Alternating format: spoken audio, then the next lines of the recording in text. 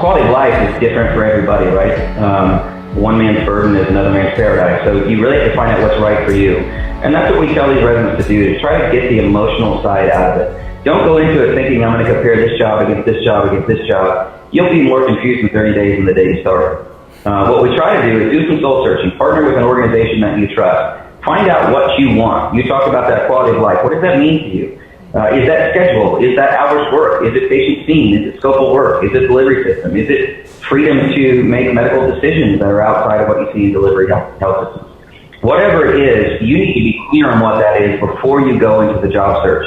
And I don't want to belittle the other parts of looking for a career. Compensation is important, of course, right? No one wants to work for a wage that they don't think is commensurate for what they do. That being said, when you look at our market today, and you look at the employment boom across our market, the one thing that has done for us is standardized compensation.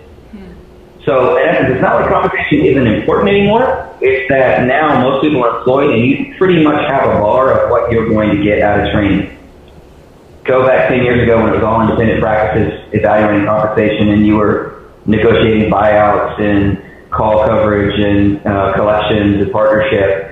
Yeah, I get it. That's a mixed bag and you really didn't know what you're going to get. That's not the case.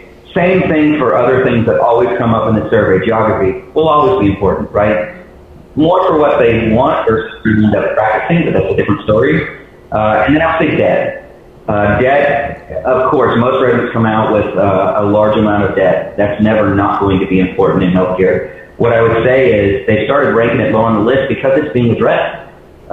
15 years ago, you had to go work in an underserved area or maybe for a federal entity, frankly, to have your loan forgiven, or you had to get debt forgiveness.